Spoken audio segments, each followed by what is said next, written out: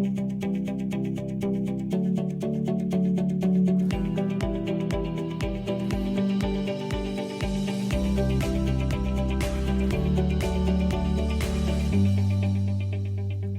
to my 3-part video series, Survival Tools for Parents Raising Kids with Anxiety or OCD.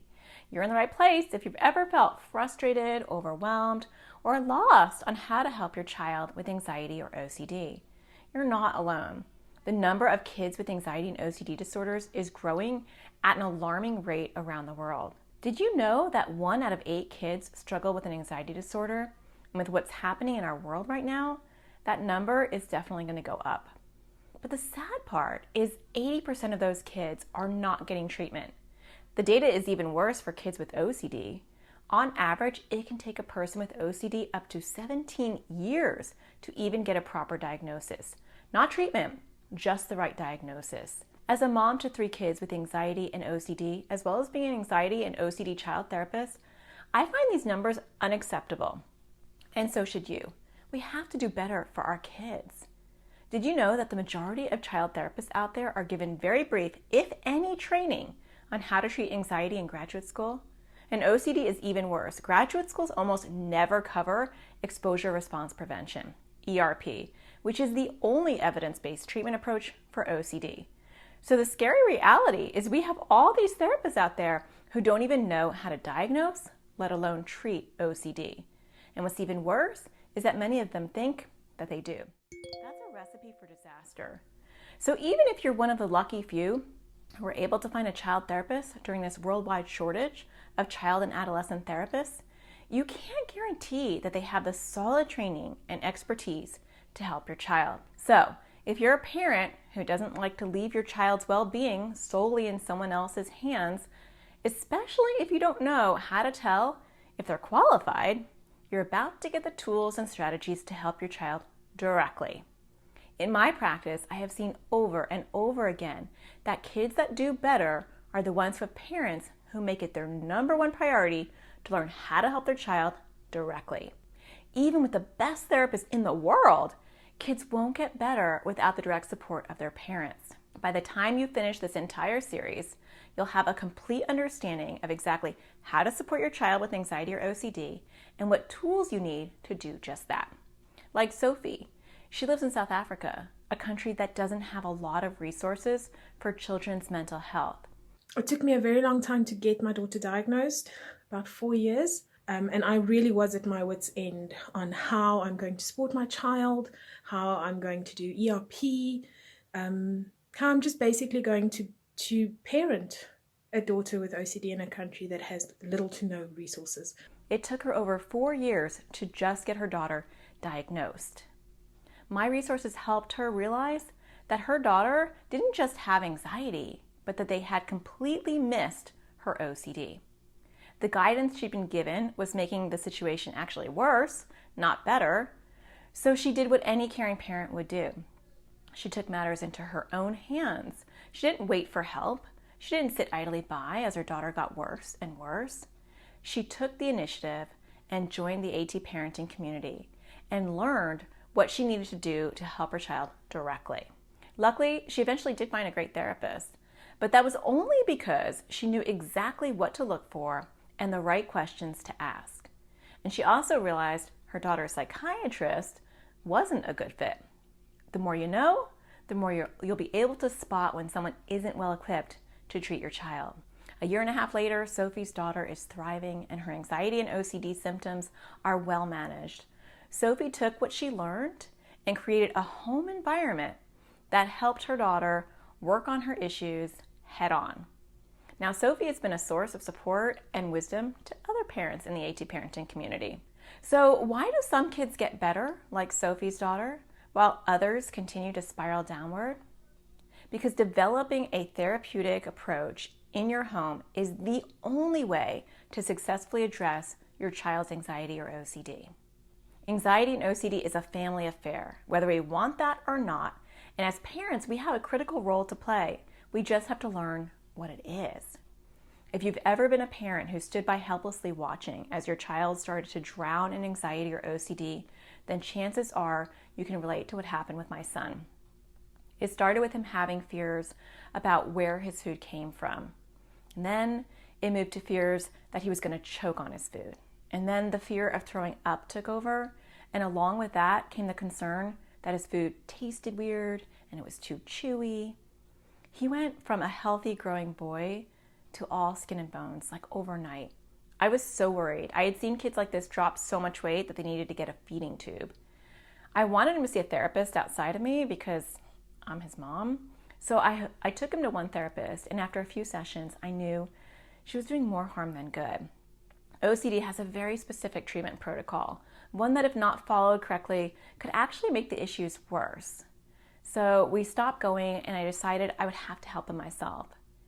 It made me wonder, how many parents wouldn't have a clue if treatment wasn't appropriate or worse, was harmful. I didn't want my son ending up being a statistic. Suicide rates are skyrocketing. It's currently the third leading cause of death in adolescents and young adults.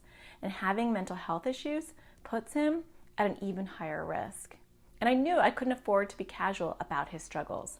I also knew that even if I put him on medication to help with his issues, only half of the kids will see improvement with an SSRI.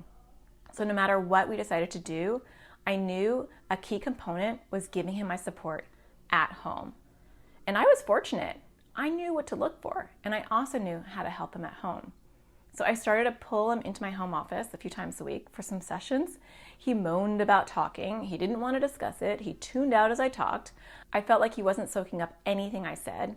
And I realized after a month of trying that I had more of an impact when I talked to him in the moment, when he was in the mood to talk, or when he was having a hard time and he wanted my help. I was a better coach when the issue was unfolding right in front of me and we can work through it together. It took time, but he did start opening up to me. We built more trust, we developed a way to communicate, and eventually he was willing to take challenges to face his fears. I started to realize just how important the role of the parent is in the child's success. Not just my child, but in any child with anxiety or OCD. I always knew that, but my own personal experience solidified that belief. And now I help other parents do what I've done for my own child. Now, some of you might relate to this story, but some of you might be sitting there thinking, Natasha, I've noticed a few things, but it's not that bad. Well, good. I want to commend you because your intuition is picking up on something that maybe isn't too bad yet.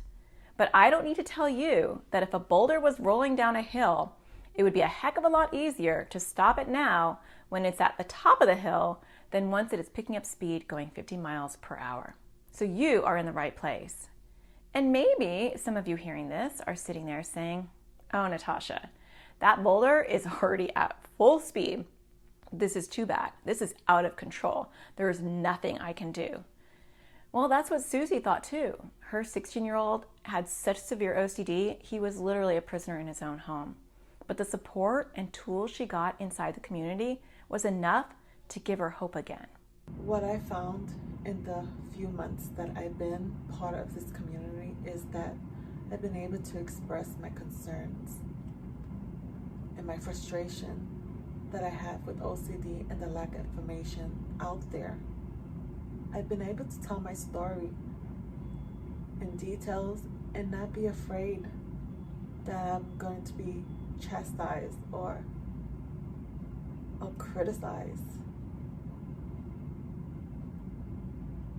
I've been able to get guidance from other parents through their shared experience. I know I have a long way to go,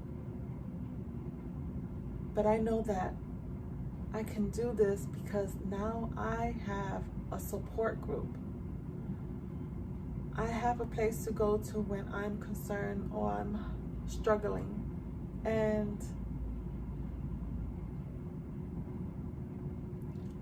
I feel safe to speak up and share my experience with others and know that I'm not alone in this world. I'm not alone struggling with my child. When I started, I lost all hope.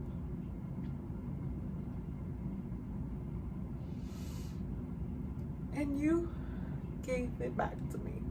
It's been an absolute joy, I've learned so much. The support is fantastic. It's just been life-changing for my daughter. I learned long ago that life doesn't throw any problems that you aren't already capable of handling. It's just sometimes you simply need a few tools and the courage to ask for help. Well, if you're asking and you're ready to receive, let's continue. So where do you begin? You need to stop and take an assessment of what you're dealing with. Often as parents, we try to conquer our children's anxiety or OCD without surveying the situation. We see our children's pain and their struggles, and we just want it to end. We want to take it away from them. But we can't do that. We're in the passenger seat, and they are in the driver's seat. They are the only ones that can truly help themselves, even if we want to lean over and take over the wheel. But you do play a critical role. You are in the passenger seat with a map or in control of the GPS. Without you, your child wouldn't know which direction to head, and that could be disastrous. A good therapist, a good qualified therapist, is super helpful. They help your child's car stay on the track. They make sure they aren't going to drive off the road. They map out the big route so they know where they are headed. But most people, who are lucky to have a therapist, only see them about an hour a week. Can you imagine if you were on a road trip and your GPS only gave you directions every 8 hours? What happens the rest of the time? How do you know where to go or when to turn? That's where you come in. Every week, you spend 168 hours with your child. Your therapist spends one of those 168 hours with them. You do the math. Who's in a better position to control the GPS? That is why, even if you have a skilled therapist working with your child, you need to be just as skilled. You need to know what to do the 167 other hours during the week so you can effectively support your child. Now you might be thinking, seriously, this sounds like more work. I'm already exhausted and now you want me to be an anxiety or OCD expert? I'm actually talking about a plan to reduce your exhaustion. Exhaustion comes from not knowing what to do. Exhaustion comes from not having a plan. Exhaustion comes from seeing the big problem but not knowing the small steps that will lead to big improvement. The more you know, actually the less exhausted you'll be and the more progress you'll start to see. And it really isn't rocket science. I have spent years taking all these concepts and breaking them down in simple, easy, digestible ways for parents to implement right away so they can hit the ground running. The only difference between me and you is some simple knowledge, and knowledge that is simple but often counterintuitive. Often the very thing we think will help our child can actually make it worse. So here's our first step. We need to check out our GPS and our driver.